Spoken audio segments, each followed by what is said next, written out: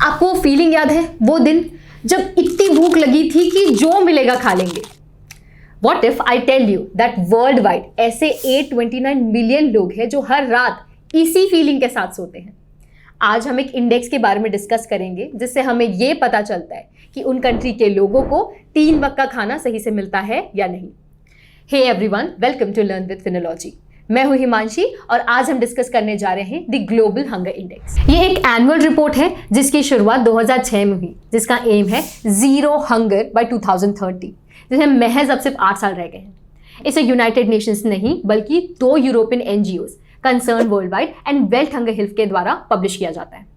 अब इस इंडेक्स का मानना है कि डेवलप कंट्रीज में हंगर कोई इशू नहीं है, इसीलिए डेवलप कंट्रीज को इस इंडेक्स में इंक्लूड नहीं किया जाता है। बात करें उन 4 इंडिकेटर्स की जो इस इंडेक्स में इंक्लूड होते हैं, तो वो है under nourishment, child stunting, child wasting and child mortality, जिसे एनालाइज करके हमें पॉवर्टी के मल्टी डायमेंशनल नेचर का पता चलता है। यहाँ कंट्रीज को 0 से लेकर 100 के बीच स्कोर किया जाता है, जहाँ 0 का मतलब होता है बेस्ट और 100 का मतलब होता है वर्स्ट। मतलब अगर किसी कंट्री का स्कोर है 0, मतलब उन्होंने बहुत अच्छा काम किया है हंगर को टैकल करने के लिए। इस बार इसका 15th एडिशन था जहां 121 कंट्रीज को रैंक किया गया, जिसमें टॉप रैंकर्स रहे यूरोपियन नेशंस जैसे क्रोएशिया, एस्टोनिया, मॉन्टेनिग्रो। वहीं सबसे लोएस्ट रैंक रहा यमन का।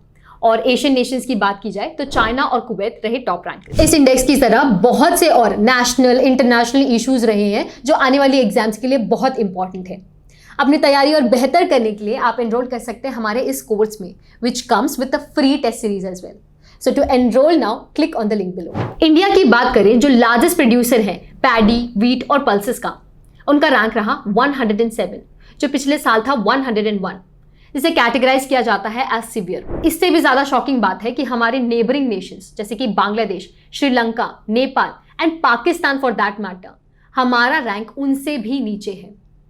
This makes the global hunger index all the more controversial because Indian government इसे accept नहीं करते हैं and it is being termed as flawed.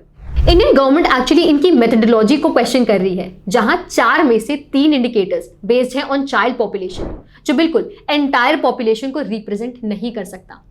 Hunger जिसे लैक ऑफ फूड की तरह डिफाइन किया जाता है, वहां अलग अलग मेजर्स और डायमेंशंस को यूज करके इसे इवेल्युएट किया जा रहा है। इंडियन गवर्नमेंट का मानना है कि इनके डेटा सोर्सेज भी रिलायबल नहीं है, जैसे कि अंडर नरिश पॉपुलेशन का जो डेटा है वो बेस्ड है ऑन एन ओपिनियन पोल जिसे कंडक्ट किया गया था एक बहुत ही छोटे सैंपल साइज में। इस वजह से it is being criticised by the Indian government, और यही कंसर्न था हमारा पिछले साल भी। इसे इंडियन गवर्नमेंट की इमेज को टार्निश करने का एक अटेम्प्ट बताया जा रहा है।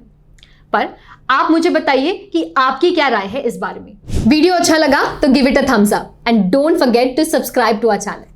Till then keep learning and I shall see you in the next one.